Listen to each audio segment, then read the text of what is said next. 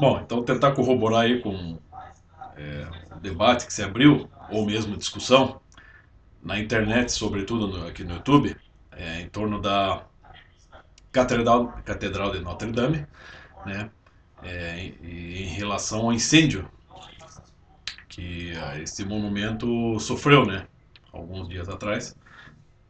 Né, e vamos dizer assim, quase toda a comunidade, vamos dizer assim, de cristãos, né, em diversos países, não só na França, se mobilizou para agora, de fato, investirem na restauração desse templo. Né? Ok. Mas ali vou pegar carona aqui nos vídeos daquele Leonardo Bruno, né? Que se auto-intitula Conde Lobeu. Não sei porquê. Eu gosto, é uma pessoa bastante competente, né? Ele é um cara erudito, ele é um professor, né? Uma pessoa de muito estudo, né? Vamos dizer, não é que eu discorde de muitas coisas que ele expressa, é que não há mesmo como haver concordância, né? Objetiva e logicamente falando, né? Então discordo assim objetivamente de muitos lances dele, né? E acho assim boa parte um sujeito bastante entojado, né, na hora de falar, mas é uma pessoa competente e ele está defendendo, procurando defender o catolicismo e ele está certo ao fazer isso. Sabe por quê? Ele em geral está batendo de frente com, vamos dizer assim, muitas opiniões oriundas do meio protestante e que em geral tentam, vamos dizer assim, caluniar o meio católico. Né? E que, de fato, no meu entender, isso é cuspir no prato que come. Né? Não fosse o catolicismo, não existiria protestantismo. Né? Eu já frequentei pessoas da minha família que são protestantes, né? Já me convidaram a participar de muitos cultos protestantes e o modelo é basicamente o mesmo da missa católica. E a importância da instituição católica no Ocidente vai muito além do papel do protestantismo. Né? Porque, vamos dizer assim, é como explicou bem o grande historiador espanhol Ricardo de la Serva, grande católico aí no mundo, já falecido, né? Que enquanto a Igreja Católica se mantém assim, quase 2000 anos numa única denominação, mantendo os seus quadros, os seus princípios, os seus valores, né, ali na conservação dos evangelhos e na extensão da salvação de cada alma individual, o que ocorre no meio protestante é que as denominações vão se ramificando, elas vão se, assim, vamos dizer assim, pessoas auto-intituladas protestantes vão enveredando para caminhos diversos, para interpretações diversas e vão surgindo diversos tipos de igreja. E é claro que essas divergências e essas, vamos dizer assim, essas pequenas seitas cristãs que vão surgindo por aqui e acolá, né, sob a égide do protestantismo, elas de fato representam muito mais uma degradação da relação do homem com o divino do que propriamente uma, um aperfeiçoamento como muitos pretendem que seja, quando não é. E já que a questão ali é criticar exatamente, vamos dizer, as opiniões de alguns meios protestantes que, vamos dizer assim, de certa forma se regozijaram com a quase destruição da Catedral Notre Dame, por incêndio, a gente tem que lembrar, primeiro de tudo, que a igreja, independentemente de se a pessoa é ou não religiosa, se ela crê ou não em Deus, uma catedral, uma instituição religiosa, ela tem um papel preponderante. Ela exerce um papel até para aquela pessoa que não crê.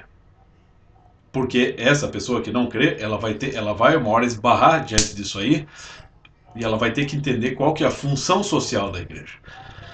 A pessoa pode não acreditar em nada, como dizia Viktor Frankl, na vertical, mas horizontalmente, a igreja exerce um papel, né?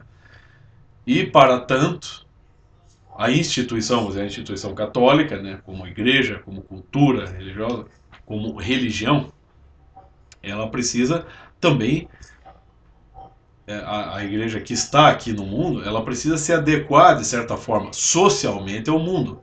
Isso é o que explica muito bem o grande Fritjof Schwann, o grande metafísico do século XX, que se a igreja não tiver nenhuma adaptação às coisas terrenas, superficialmente falando, na sua periferia, ela, ela vai perecer, ela não resiste, ela não, simplesmente não acontece, ela não se realiza no mundo. O cerne da igreja, que não pertence a esse mundo, conforme vocês podem ler até em Dostoiévski, a igreja não é a instituição desse mundo, aquele núcleo dela, né, que pode ser considerado tanto simbolicamente quanto metafisicamente, quanto institucionalmente, assim, ele não faz parte desse mundo. Ele de fato representa outro mundo. Representa o paraíso. Representa a união com Deus, né, a igreja celeste. Mas socialmente, culturalmente, a igreja precisa de adaptações, né? Não no sentido de transformar-se num antro, né, de subculturas, mas no sentido de, né, expressar-se de modo que, vamos dizer assim, seja acessível para todas as pessoas, né? Existem pessoas de intelectualidade mais elevada e pessoas de intelectualidade menos elevada, né? QIs mais alto, QIs mais baixo. E o homem também, todos nós, sem exceção, temos as nossas ligações com o mundo, nós gostamos das coisas do mundo, nós queremos aproveitar as coisas terrenas, né? Isso também está até no próprio Alcorão, né? Saber aproveitar sabiamente os bens celestiais e os bens terreais, como ele diz, Maomé até diz. Portanto,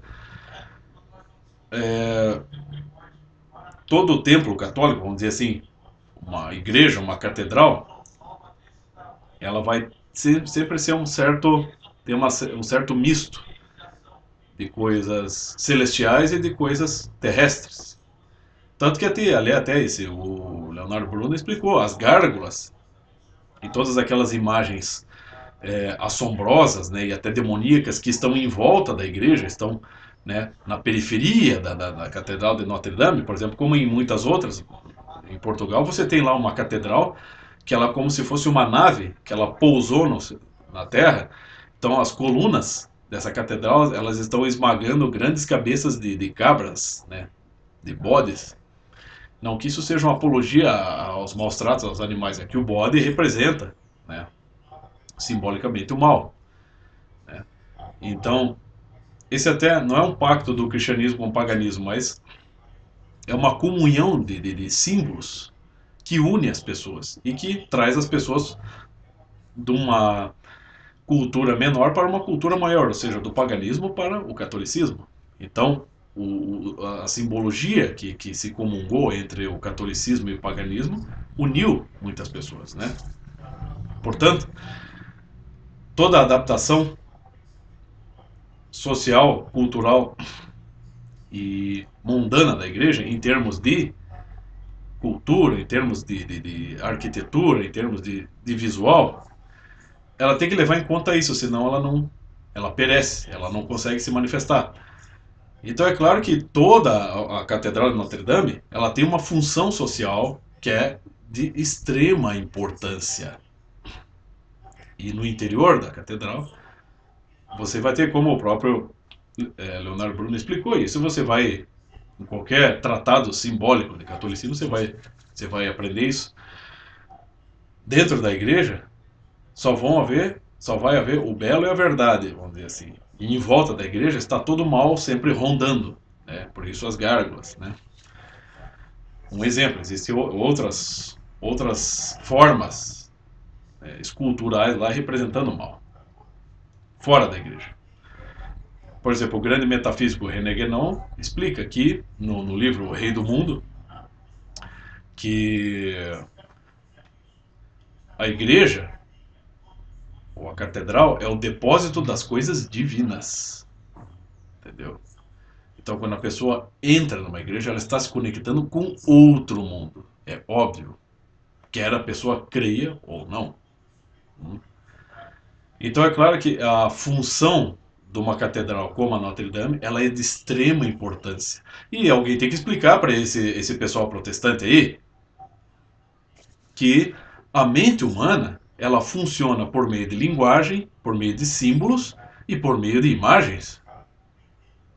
Eu tenho aqui a imagem de Nossa Senhora, imagem de Jesus Cristo e uma cruz. Isso não é idolatria. É simplesmente. Eu não posso afirmar. Como é que eu vou afirmar? Tem lá a imagem, uma escultura ou o desenho de um homem pregado na cruz. O que isso me faz lembrar? O demônio ou Cristo? Ou Deus? Né? Se eles estão, se as imagens existem, elas têm uma função no sentido de fazer lembrar as pessoas da presença de Deus. É essa a função das imagens, é essa a função dos símbolos.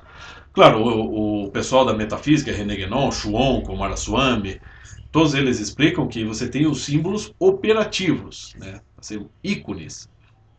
Eles exercem uma função mesmo intelectual quando as pessoas os observam. Mas esse é um assunto bem complexo. Agora,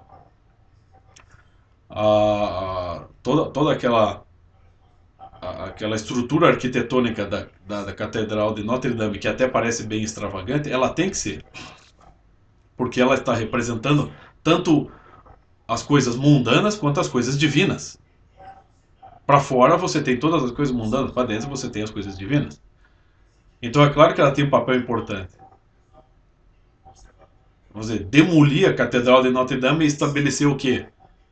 Uma igrejinha, um pulgueiro protestante, que mais parece um boteco de esquina. Né? Todas as denominações que surgem no protestantismo acabam muito mais degradando a mensagem dos evangelhos e tornando as pessoas muito altaneiras, tipo, agora eu estou sabendo que é religião, porque agora encontrei a religião, encontrou o caralho. Aí sai lá a igreja dos últimos 7 dias, tá, o tabernáculo de Davi, Brasil para Cristo, e cada um se sente no logro de ser o porta-voz oficial de Deus. Dá licença. Meu. E aliás, se você pegar bem já desde o tempo protestante, desde o surgimento do luteranismo, as igrejas, né, que são protestantes, elas, as mais antigas, seguem o padrão de estrutura de templo do catolicismo, da tradição católica. Pegue qualquer seita, como queira chamar, qualquer igreja, instituição protestante por aí. Em geral, os caras começam onde? Começam em garagem, em muquifo, em pulgueiro. Mas na medida que os caras vão angariando fiéis e vão enriquecendo, o que eles fazem? Eles constroem templos. Templos que se parecem muito com as igrejas católicas, no seu formato, na sua estrutura arquitetônica. Muitas vezes eu já vi pessoas perguntando, mas isso ali é uma igreja protestante ou uma igreja católica?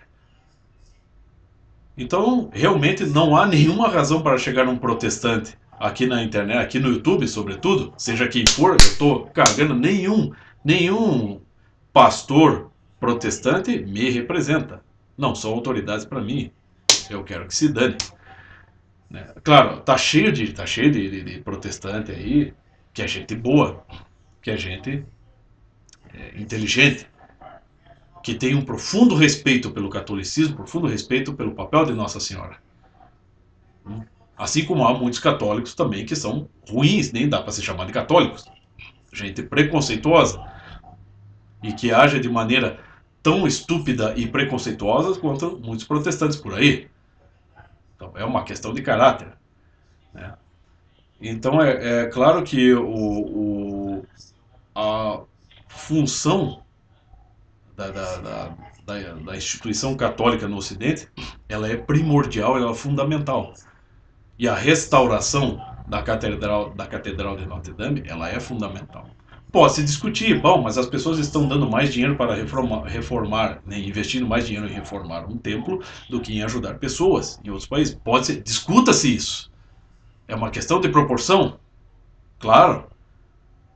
Mas não venha com essa de que, não, como as acusações que levantaram ali, estão querendo reformar um templo antigo, mas pessoas que estão sofrendo lá no Sri Lanka, é, muito pouco, para as pessoas do Sri Lanka, muito pouco se faz. Não é bem assim as coisas, né? É claro que você deve, em primeiro lugar, né, prestar acolho às pessoas, uma questão de hierarquia. Mas você não vai abandonar um templo ali, porque ele também tem uma função para a alma das pessoas. E olha, vamos falar a verdade, tem muito evangélico aí, protestante por aí, que pode estar se regozijando com a suposta, o incêndio da idolatria, né? Que é o incêndio da Notre Dame. Mas essas pessoas não estão a fim de tocar fogo nos seus carros, né? Nem nas suas motos, né?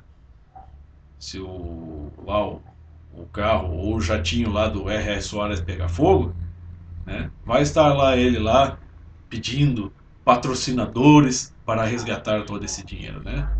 Então, por favor, nada de hipocrisia, gente. É isso aí.